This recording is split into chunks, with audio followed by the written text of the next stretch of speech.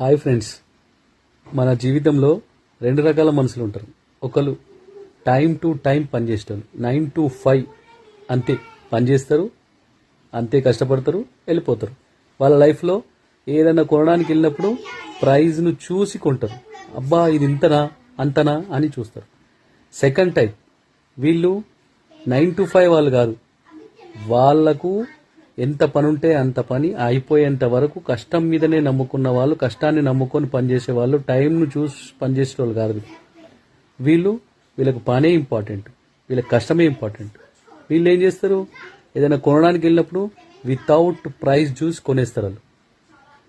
మరి మనము ఇలానే ఉండడానికి, ప్రైస్ చూసి కొనడానికి పనికొస్తున్నాం.